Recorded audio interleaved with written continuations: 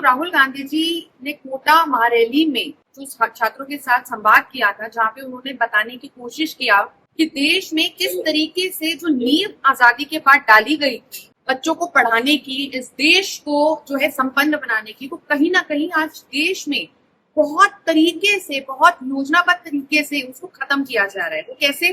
पहले आप अपने बच्चे को, अगर मिडिल क्लास है, लोअर मिडिल क्लास है, आप सोचेंगे हम अपने बच्चे को सरकारी स्कूल में, आए दिन हम न्यूज देखते हैं कि सरकारी स्कूल हजारों की तादाद में बंद किए जाए। बच्चा आपका कहीं कैसे भी करके अगर आपने उसको पढ़ा दिया, आगे आप यूनिवर्सिटी में जाते, यूनिवर्सिटी में पहले 3 साल का कोर्स था, अब वो बढ़ा के 4 साल का कर दिया गया है। 3 साल के बाद क्योंकि ये नौकरी देने में असमर्थ है, नौकरी नहीं दे सकते बच्चों को, 4 साल का कर दिया।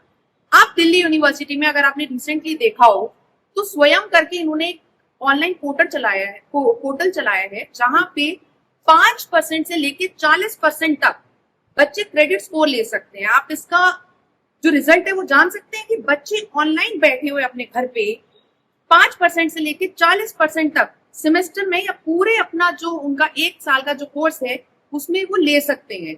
इसका क्या अर्थ निकलता है कि आज आपकी सरकार जो इंफ्रास्ट्रक्चर है वो भी देने में असमर्थ है बच्चों को, क्योंकि 3 साल के कोर्स जब इंट्रोड्यूस किए गए थे दिल्ली यूनिवर्सिटी में तो उसी हिसाब से, उसी तरीके से क्लासरूम्स बनाए गए थे, टीचर्स की भर्ती उसी तरीके से की गई थी। पर आज क्योंकि 4 साल तक का कोर्स कर दिया गया है तो ना ही इनके पास इंफ्रास्ट्रक्चर है, ना ही इनके पास टीचर्स है, ना ही इनके पास कोई आगे की योजना है कि बच्चों को किस तरीके से हम रोजगार दे पाएंगे अगर बच्चे निकल जाएंगे। चलिए बच्चे यूनिवर्सिटी से निकल गए, पढ़ के किसी भी तरीके से बच्चे आगे निकल गए, प्रोफेशनल एजुकेशन क्योंकि नहीं दिलवा पाए पेरेंट्स उनके बच्चों को, तो नॉर्मल यूनिवर्सिटी से, दिल्ली यूनिवर्सिटी से, कोई भी सरकारी यूनिवर्सिटी से बच्चे पढ़ के आगे निकले। बच्चे फॉर्म्स भरते हैं, एसएससी के फॉर्म्स भरते हैं, यूपीएससी के फॉर्म्स भरते हैं और बहुत सारे फॉर्म्स भरते हैं, नीट है। तो बच्चे अलग अलग तरीके से 11वीं 12वीं के बाद या फिर अपने कॉलेज के बाद फॉर्म्स भरते हैं। फॉर्म्स बच्चे भरते हैं बहुत उम्मीदों के साथ। पेरेंट्स अगर नीट का एग्जाम दिलवाना चाहते हैं, लॉ का एग्जाम दिलवाना चाहते हैं तो वो प्राइवेट एजुकेशन की तरफ, कोचिंग की तरफ जाते हैं। वहां पे बच्चे 3 से 4 लाख रुपए आज खर्च कर रहे हैं।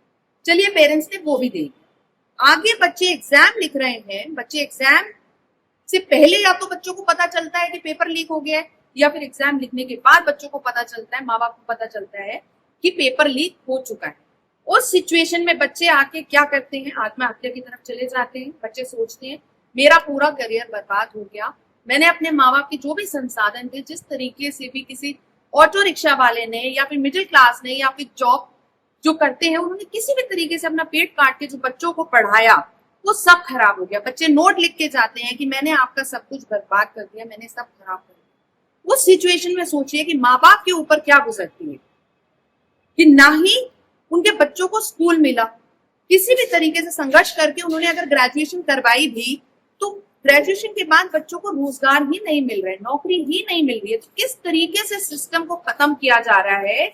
और मान लीजिए कि अगर बच्चे आपका पेपर लीक हो गया है तो वैकेंसी वहीं की वहीं खड़ी है, लेटरल भर्तियां की जा रही हैं। चाहे आप यूनिवर्सिटीज की बात कर लीजिए, कॉलेजेस की बात कर लीजिए, जो लेटरल भर्तियां हो रही है वो पीछे बैकडोर से हो रही है। आपको पता भी नहीं है कि 50 वैकेंसियां जो आपके बच्चों पे जिनका अधिकार था, आज वो लेटरल भर्ती के थ्रू किसी के भी दूसरे जो बच्चे हैं, बीवी है, भाई है, बहन है, उसको दे दी गई है। तो कहीं ना कहीं जो योजनाबद्ध तरीके से इस देश की नींव को, बच्चों के भविष्य को खत्म किया जा रहा है, राहुल गांधी जी का यही तात्पर्य है। मैं यही समझ सकती हूँ इस पूरी वीडियो से, और हम सबको भी समझना चाहिए कि जो देश में चल रहा है, हम अगर आज भी नहीं समझे तो जो आने वाली जनरेशन है वो आपसे जरूर पूछेगी कि एक आजादी की लड़ाई 1947 में हुई थी और जब राहुल गांधी जी आपके साथ लड़ाई लड़ने के लिए तैयार थे तो आपने अपना योगदान उसमें क्यों नहीं दिया। तो सरकार के जो भी मुद्दे हैं, जनता को उनसे सवाल पूछने चाहिए, चाहे वो राम मंदिर का हो, चाहे वो छात्रों का हो, चाहे वो गरीबी का हो, रोजगार का हो। तो आज राहुल गांधी जी जिस तरीके से हम सबकी आवाज बन रहे हैं सड़क से लेकर संसद तक, हम जरूर उनका हाथ मजबूत करने में तत्पर है। और हमारे साथ साथ आज जिस तरीके से स्टूडेंट्स भी यहाँ पे आए हैं और जिस तरीके से वीडियोस आज सब देख रहे हैं, हमें पूरा यकीन है कि इस सत्ता में जो बैठी हुई सरकार है, जो चाहती है देश का भविष्य खराब करे, हमारा योगदान पूरा उस लड़ाई में राहुल गांधी जी के साथ है।